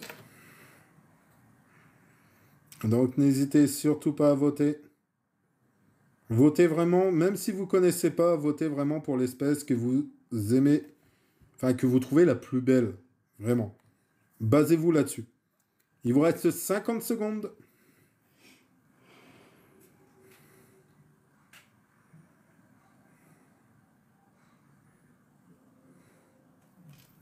Alors, si vous entendez crier, ou de la musique, ou tamponner, ou enfin de la batterie, ou je sais pas quoi, ne vous inquiétez pas, on a la fête foraine chez nous, ou la foire, je sais pas comment vous dites chez vous, comment vous appelez ça. En fait, c'est les manèges. C'est les manèges qui tournent. Donc, vous pouvez risquer d'entendre... Pardon. D'entendre crier, d'entendre ambiancer.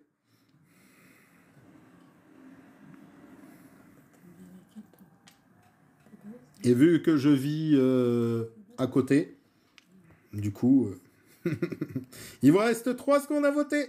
N'hésitez surtout pas. Les spécialistes des dernières minutes. Oh la vache. Et c'est un 100% pour la Castaneus. Afetchenko s'est pris une raclée. Tiens, c'est bien étonnant.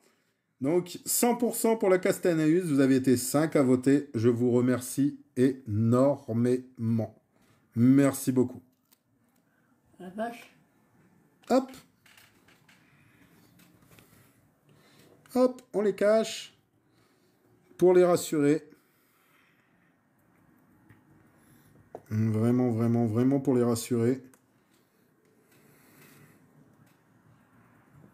Donc la petite américaine vous a beaucoup plu. Et on part Chez les Biroy. chez les Biroy. Bah, on va rester en Asie, les gens. On va rester en Asie et on va aller voir une autre crématogaster. La crématogaster Biroy. Donc une petite crématogaster d'Asie et une crématogaster toute jaune, comme vous pouvez voir. Même la reine est jaune. Alors, toujours la caractéristique des crématogastères, comme vous pouvez le voir. Le gastre en forme de pic. Vraiment caractéristique de toutes les crématogastères. Hein. Je ne vous ai pas expliqué, en fait, à quoi servait ce gastre. Alors, le gastre en lui-même, c'est là où vous allez trouver tous les organes vraiment principaux pour que la fourmi vive.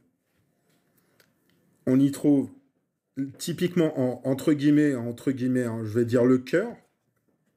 On y trouve de quoi respirer. On y trouve leurs estomacs. Selon les espèces, il y a 1 ou 2 estomacs. Et on retrouve tous les appareils reproducteurs de chaque espèce dedans. Voilà, donc c'est une partie qui est vraiment nécessaire pour la fourmi et vraiment la partie où il faut le faire le plus attention quand vous manipulez une fourmi. Pareil, pour ce genre de fourmis, là par exemple, elles ont un gastre. Elles mangent quoi? Bah là, elles mangent du liquide sucré aussi, celle-ci. Donc pour ces crématogastères, pour les crématogastères, elles ont une petite particularité avec leur gastre. C'est qu'elles vont avoir la capacité de pouvoir le mettre au-dessus d'elles. Donc le redresser, le mettre au-dessus d'elles. Elles vont libérer une petite goutte d'acide qu'elles vont projeter pour se défendre. Alors, pour nous les hommes, image très rare, vous voyez la reine, donc crématogaster Biroy. C'est rare qu'on la voie, la plupart du temps elle est toujours cachée, et elle va retourner se cacher. Donc ouais, on la revoit un petit peu. Donc c'est vraiment rare de la voir, et comme vous pouvez voir, elle est toute jaune aussi. Hein. Elle est magnifique, cette reine. Vraiment, vraiment, vraiment magnifique.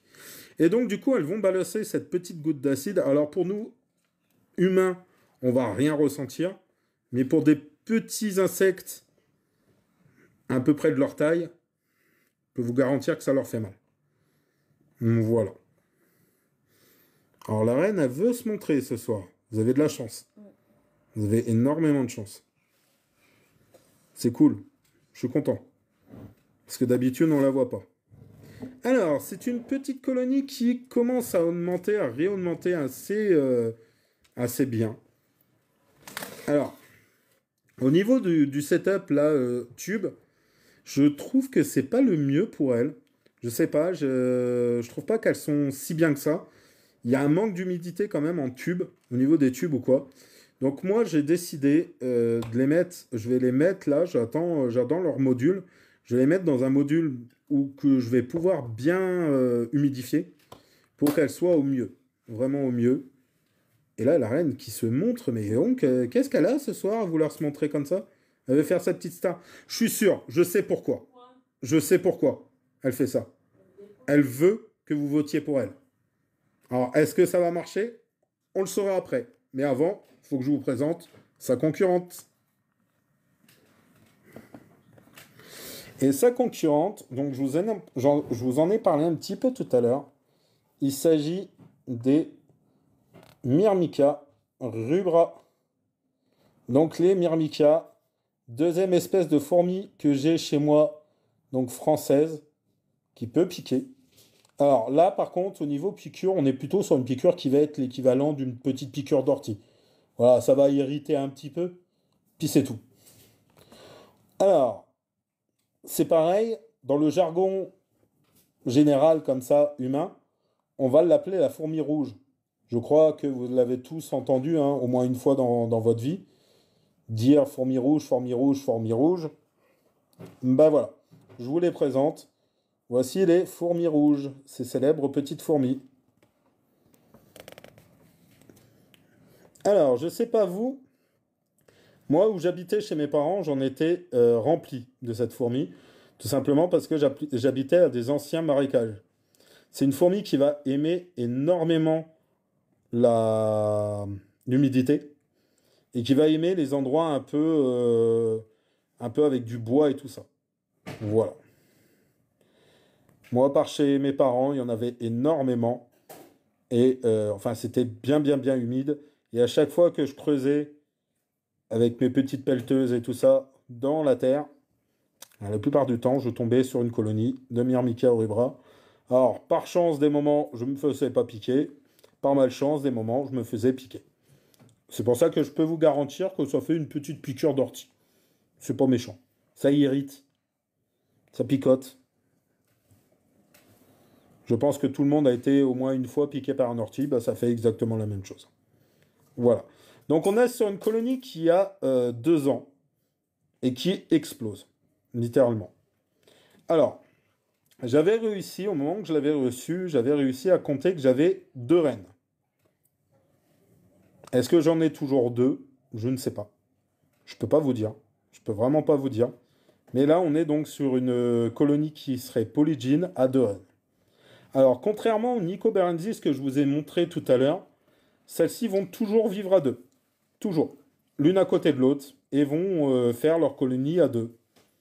Jusqu'à temps qu'il y en ait une qui meurt. Et après, l'autre va continuer à se développer. À développer la colonie sans aucun souci. Voilà. Alors, j'ai plein de fourmis chez moi. Comment m'en débarrasser? Alors, s'en débarrasser, donc les évacuer pour plus qu'elles ne soient chez toi, tu vas avoir plein de petites méthodes. Tu as la lavande qui va marcher bien. Tu vas avoir le marc de café qui va fonctionner assez bien aussi. Tu vas avoir la craie qui peut fonctionner aussi. Alors, petite chose qu'il faut que tu fasses, tout simplement, tu regardes à l'endroit qu'elle rentre chez toi. Alors, si c'est un tout petit trou, tu as de la chance. Tu auras juste à boucher le trou avec un peu de craie, avec un peu de substance, comme je te dis là, comme je t'ai dit. Et si c'est un grand espace qu'elles utilisent, là, il va falloir que tu sois un peu ingénieux. Après, si elle t'embête vraiment, mais vraiment, j'aime pas le dire, mais après, tu as la solution, malheureusement, de les exterminer. Mais je voudrais que ce soit la dernière des choses que tu fasses. Je peux lancer le vote ou pas? Allez, on va voter? Ça vous dit? Donc, je vais remettre les bireuils pour vous les montrer en même temps. Et pour voter, ce n'est pas compliqué. Vous avez le petit bloc-notes. Coucou Michael! Vous avez le petit bloc-notes qui est juste là. Vous avez juste à cliquer dessus. Et à voter pour l'espèce que vous avez préférée. Donc ici, les crématogastères bireuil. Petite crématogastère d'Asie. Et juste là, les Myrmica rubra.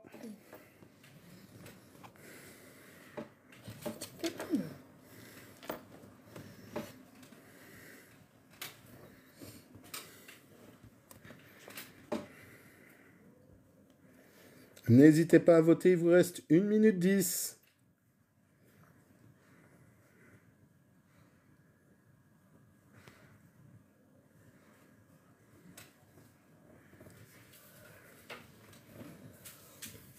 Après celui-là, du coup, tu feras des messors. Vous aimez ça? Alors après, ça va être un duel un peu particulier. Hein. Je vous l'annonce direct. Je vais vous expliquer pourquoi. Et là, il vous reste plus que 40 secondes pour voter. N'hésitez surtout pas. Du coup, c'est 75 messors. Oui.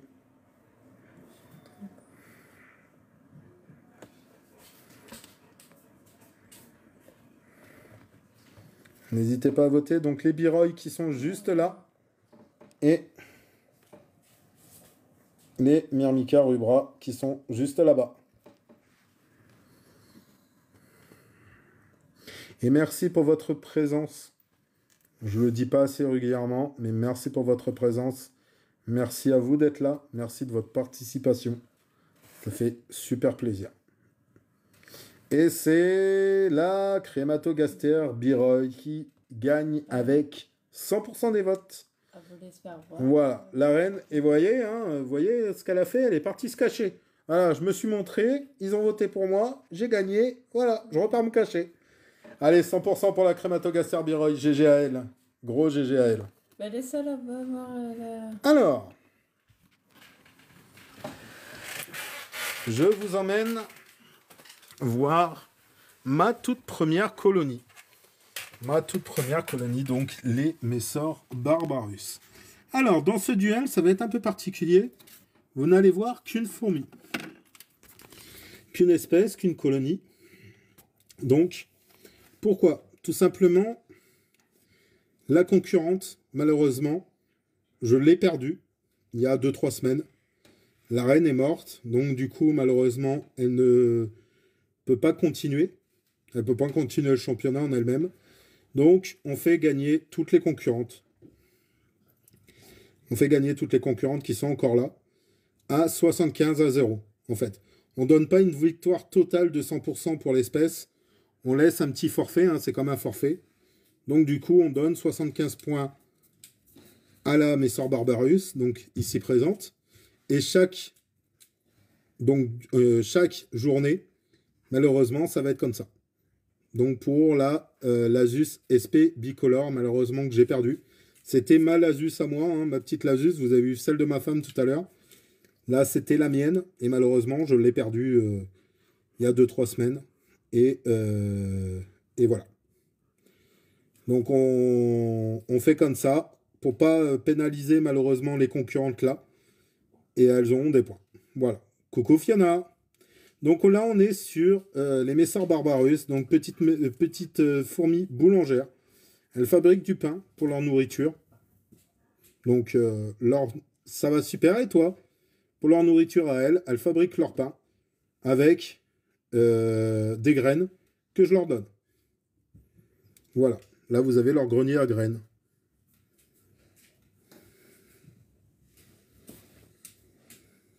Voilà. Donc c'est une petite colonie que j'ai depuis 3 ans. Donc j'ai commencé avec elle. Et j'ai fait mes marques avec elle, hein, littéralement. C'est pour ça qu'elles sont pas beaucoup, hein, comme vous pouvez voir. Elles sont pas beaucoup réellement. Mais j'ai fait mes marques avec elle. J'ai fait mes premières erreurs avec elle. Et là, vous avez la reine qui se balade. Madame la reine qui se balade. Donc celle qui est un peu plus grande que les autres. J'ai fait mes premières erreurs avec, hein, et c'est comme ça que j'ai appris pas mal de choses aussi sur les fourmis. Voilà. Voilà, je tenais à vous les montrer quand même, hein, à me faire le plaisir de vous les montrer. Et donc, elle aura gagné ce soir à 75 contre 0, malheureusement. Merci Laurent. Alain. Relève-toi, lève-toi. Est-ce que tu vas gagner? Alors...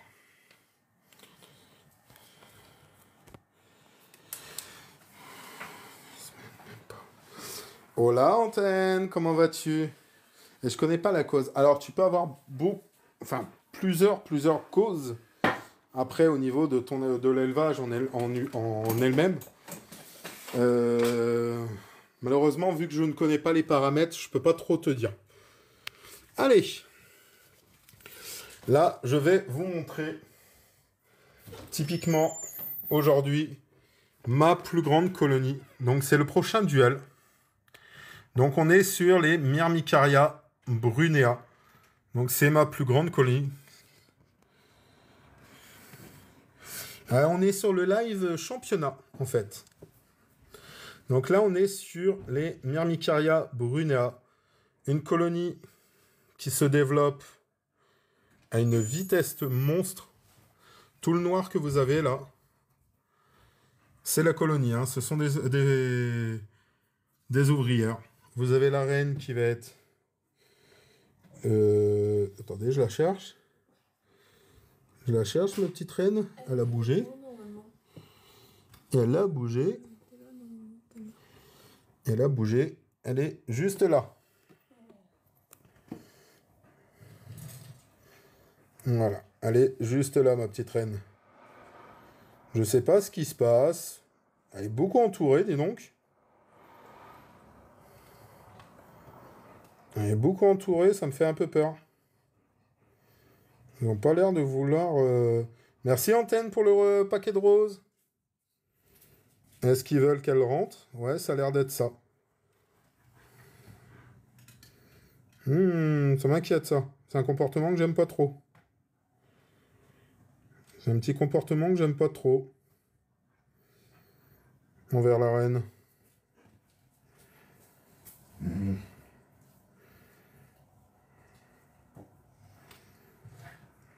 Il va falloir que j'observe ça.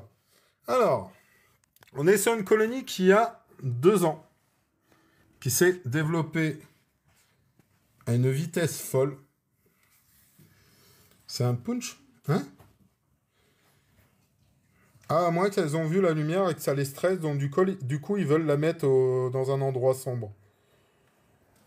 Mais t'as vu le comportement? On croirait qu'elle lui agrippe les pattes. Et moi, la dernière fois que j'ai vu ça, malheureusement...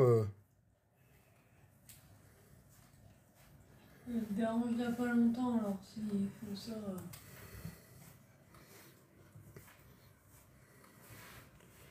Alors ça voudrait dire que... Il faudra que je regarde ça. Il va falloir que je... Oui. Que je regarde un petit peu.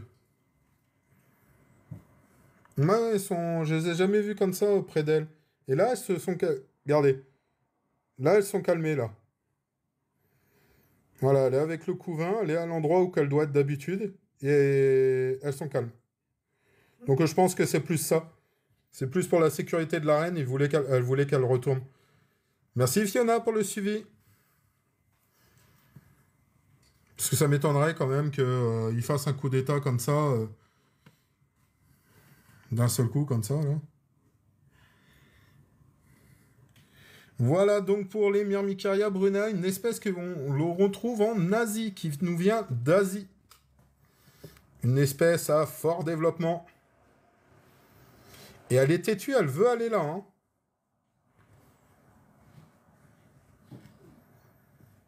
Eh ben, dépêche-toi. Bon, on va les recacher, et puis je resuivrai ça. Alors, ça t'est venu comment? Tout simplement, les observants, c'est quelque chose que j'aimais bien. Étant gamin, j'aimais beaucoup. Mais vraiment beaucoup, beaucoup, beaucoup. Et il y a 10 ans, j'ai appris qu'on pouvait en élever. Et du coup, j'ai commencé il y a 3 ans. Voilà. J'ai attendu d'avoir un peu plus d'espace et tout pour pouvoir commencer. Et elle est opposée ce soir, donc, à la Formica sanguinea. Donc, petite Formica qui nous vient d'Europe, qui a la particularité d'être une parasite. Tout à l'heure, je vous ai présenté l'Umbratus. Là, je vous présente donc chez cette espèce, donc Formica, une parasite, donc la sanguinea. Alors, je vous réexplique. La reine, elle a besoin d'avoir d'autres ouvrières d'une autre colonie pour pouvoir se développer. Je vous sors pas les détails. Des poissons, des nanos, des tout petits. Donc, je vous dis pas les détails hein, de ce qui se passe. Mais vous vous en doutez un petit peu. Hein. Il y a combien d'espèces dans ce tube? Tu as 3 ouvrières. Tu as 3 espèces d'ouvrières. Donc, tu as les grosses comme ça qui doivent être des espèces type fourmi rousse des bois. Tu as des fusca, donc les toutes noires. Et les sanguinéas qui sont un peu plus petites, qui sont rouges et noires, un peu plus petites. Donc voilà. Et tu as la reine qui est juste là.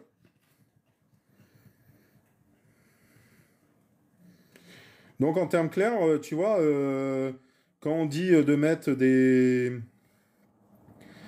servis Formica en guise de première ouvrière, c'est vraiment en tout. Hein. Entre ouvrières, oui, ça peut arriver, hein. Ça peut arriver les combats, mais ça va pas jusqu'à la mort.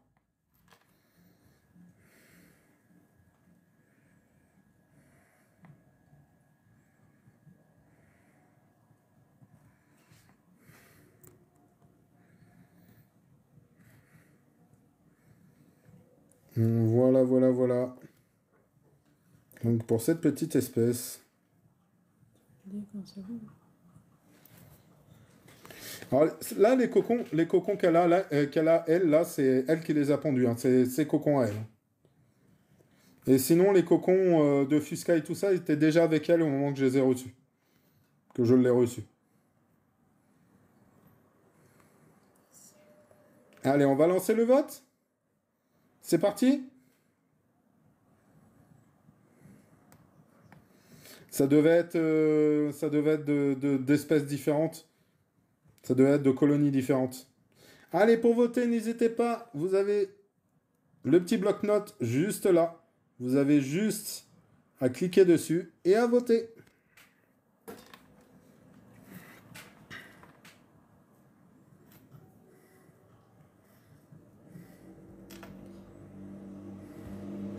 Ça me fait peur pour le Myrmecaria brunea. J'ai jamais vu réagir comme ça avec la reine. D'habitude, il reste plus ou moins tranquille. Il vous reste 1 minute 30 pour voter. N'hésitez surtout pas. Alors ici, je vous montre donc les Formica sanguinea. Bon, je vous remontre pas les Myrmica rubra, hein. Les Myrmicaria brunea plutôt. Vous avez la reine qui est juste là, si vous voulez voir la reine.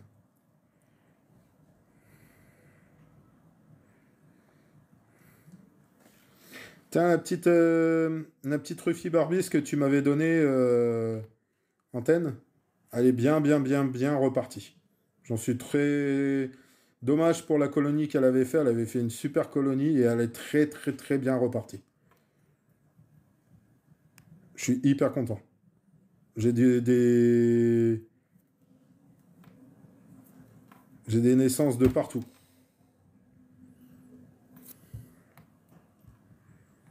N'hésitez pas à voter, il vous reste 30 secondes.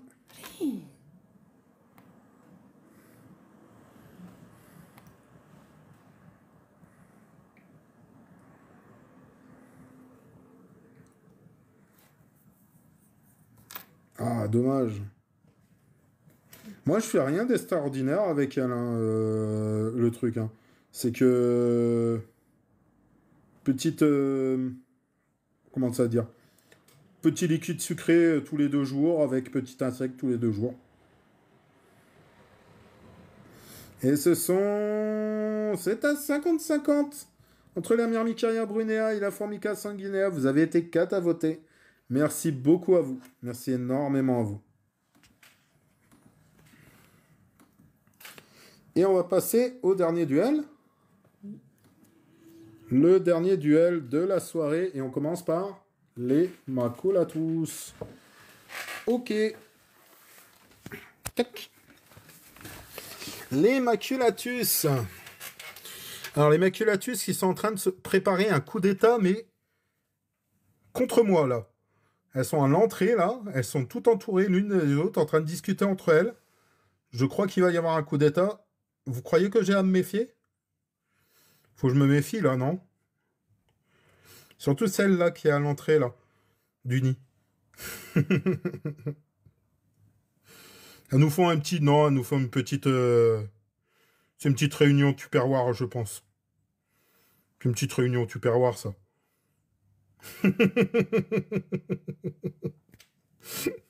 Allez, je vous présente la colonie en elle-même. Voilà. C'est parti pour la colonie, donc, les Camponotus maculatus.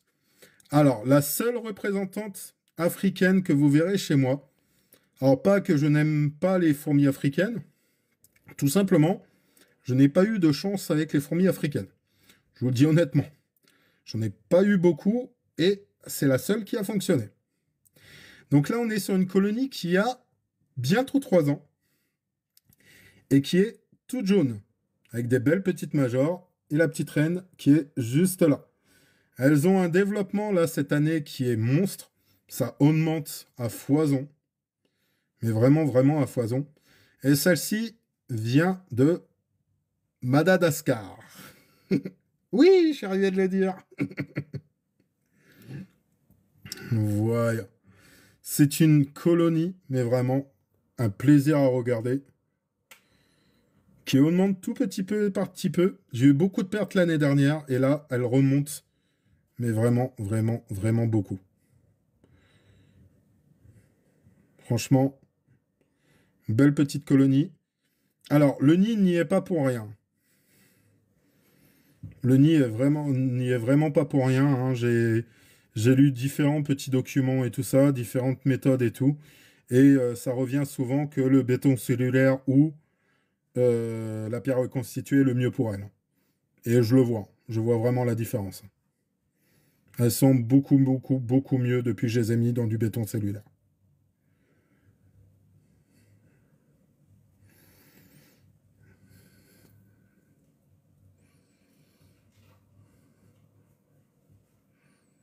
Voilà. Je vous présente le plus gros noyau, hein. Là, vous avez un peu de tout qui se concentre. Là, vous avez la reine. Vous avez les majors. Quelques petites majors. Alors, j'ai pas eu de major là cette année. Je n'ai eu que des petites ouvrières. Tant mieux, je vais dire, hein. Vraiment, vraiment, vraiment tant mieux. Ah, GG, ça a rayonnementé. Et ces petites mémères commencent à être voraces, hein. Ça commence à y aller, là. Commence à être vorace, tout ça. Alors bon, des moments, il y a des problèmes de ping. Là, celle-là s'est arrêtée d'un seul coup, ne bouge plus. Je crois qu'elle est déconnectée. Can you speak English? No.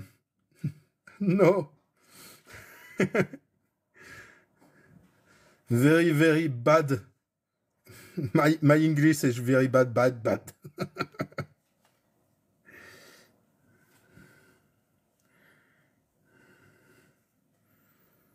Hein, celle-là, elle s'est vraiment arrêtée.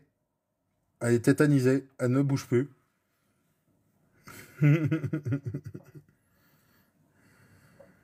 Celle-là, elle boit. Et après, il y a un peu d'activité. Alors, le coup d'état est fini, apparemment. Elles ont décidé de ne pas le faire ce soir. Elles ont vu que je les avais remarquées. Donc, elles se sont dit, bon, c'est pas ce soir qu'on va le faire. Alors, leur petit tube qu'elles vont jusqu'au nid. Juste magnifique, franchement, cette espèce. Et elles sont... Alors, vous avez eu les seules représentantes du continent africain. Et là, je vais vous présenter les seules représentantes du continent d'Océanie. On appelle ça, je crois. Des Australiennes. Les Iridomyrmex purpureux. J'espère qu'ils sont pas en train de les tuer. Pourquoi? Et ils sont vraiment en train de lui tirer tous les membres. Ouais, bon, c'est mort.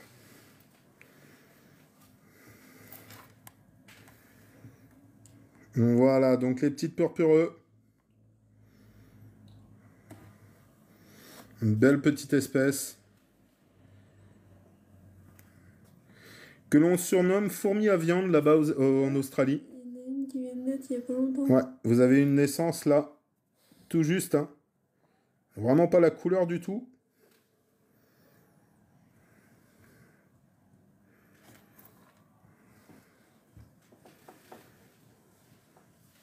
Elles sont magnifiques. Donc les petites fourmis à viande, comme on les surnomme là-bas en Australie, tout simplement parce qu'elles mangent typiquement tous les cadavres d'animaux qu'elles peuvent croiser.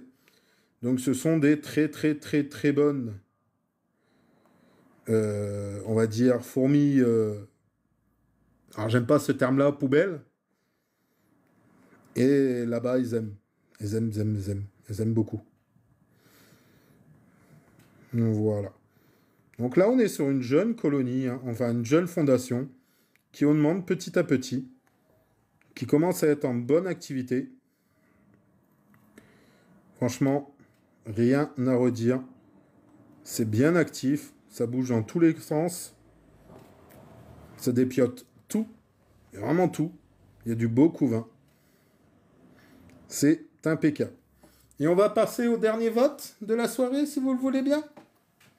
Non, je ne les chauffe pas, non. Non, non, non. Elles sont à température ambiante. Chauffer, je sais que ça partirait beaucoup mieux.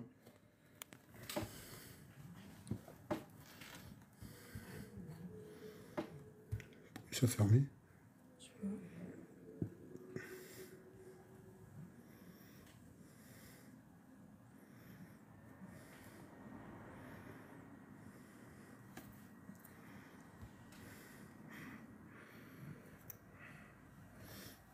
Mais non, je les chauffe plus. Toutes mes espèces, je les chauffe plus.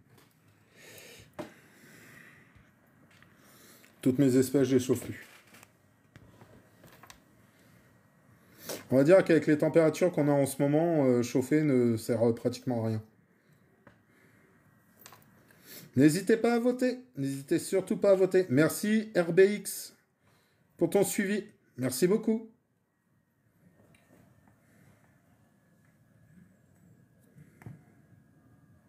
Merci chez Nanaya pour ton suivi.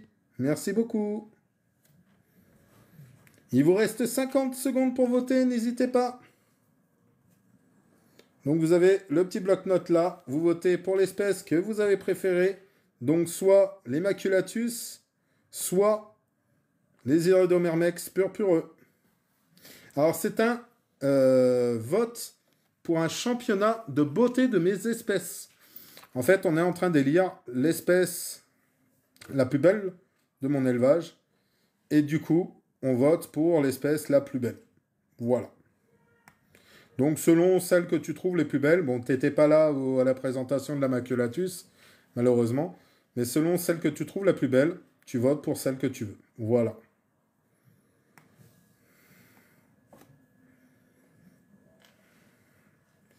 Et on y va pour le vote. Et c'est la Iridomermex purpureux qui gagne avec 60% contre 40% pour la Maculatus. Vous avez été 5 à voter. Je vous remercie énormément. Merci beaucoup. Merci, merci, merci beaucoup. Alors, on va les ranger. On va les laisser tranquilles. Elles vont être placées et je vais vous montrer le classement. Ah, attends. On va vous montrer le classement de ce soir. Et donc, du coup, Antenne, tu es le premier du classement des donateurs. Sauf qu'il faut qu'ils votent pour les 4 derniers. Simplement. Non. Bah si, il était pas le premier. Oh. Ils peuvent voter pour n'importe laquelle. Bah non. Ah si? Non, c'est pas ça que je veux. Donc, tu as le droit de voter pour l'espèce que tu préfères dans mon élevage. Alors, soit tu attends le classement pour voir toutes les espèces que j'ai, et du coup, tu donnes celle que tu veux, soit tu sais à peu près, et tu me donnes le nom. Vu qu'il a dit voter pour la Iridomermex, je pense qu'il a déjà ça. Ah, latéralistes, non, elles sont pas dans le groupe. Non. Elles sont pas dans le championnat. J'attends qu'elles remontent un petit peu. Elles y seront peut-être pas non plus l'année prochaine.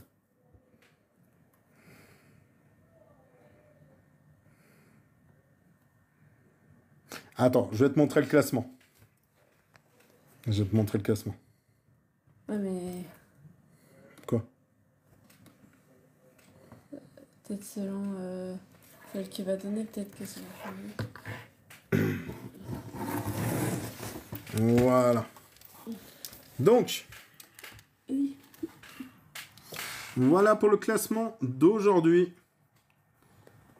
Donc, nous avons à la première place l'Iridomermex purpureux, suivi à la seconde place de la Messor barbarus, la Camponotus castaneus qui se retrouve à la troisième place, l'Emanica rubida à la quatrième place, une belle remontée, Formica sanguinea à la cinquième place, l'Azus especoco à la sixième place, les Camponotus fetchenkoi à la septième place, Camponotus maculatus à la 8e place, Camponotus nicobarensis à la 9e place.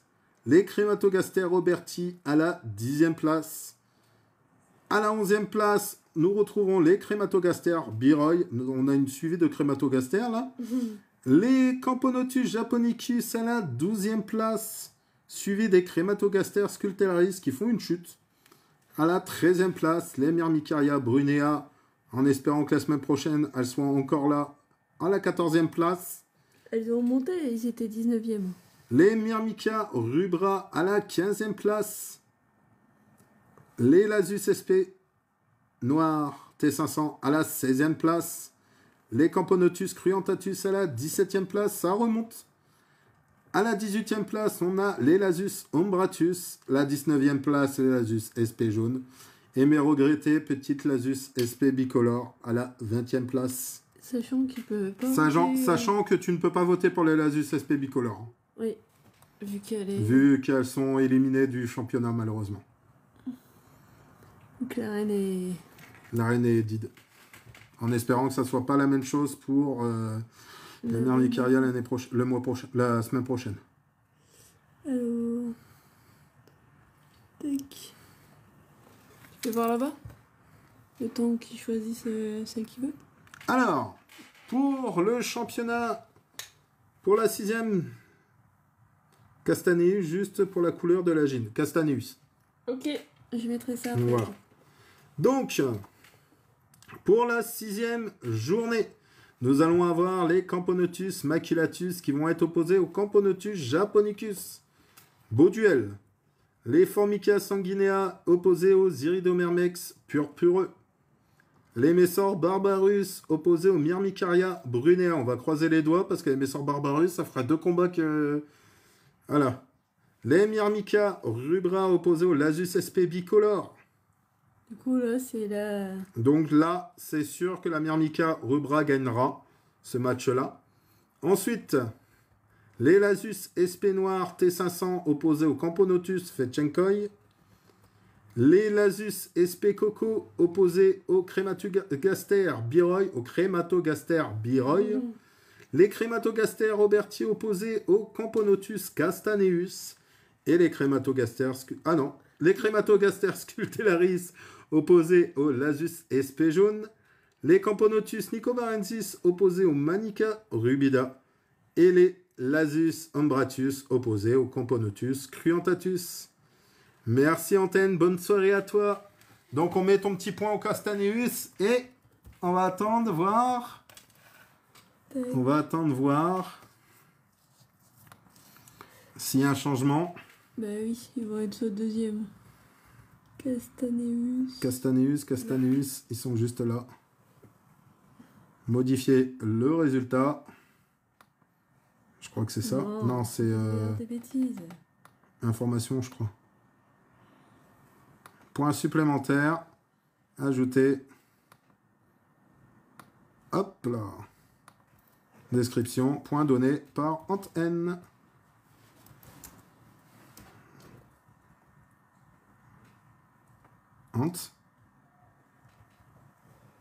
N. Voilà. D'accord. D'accord,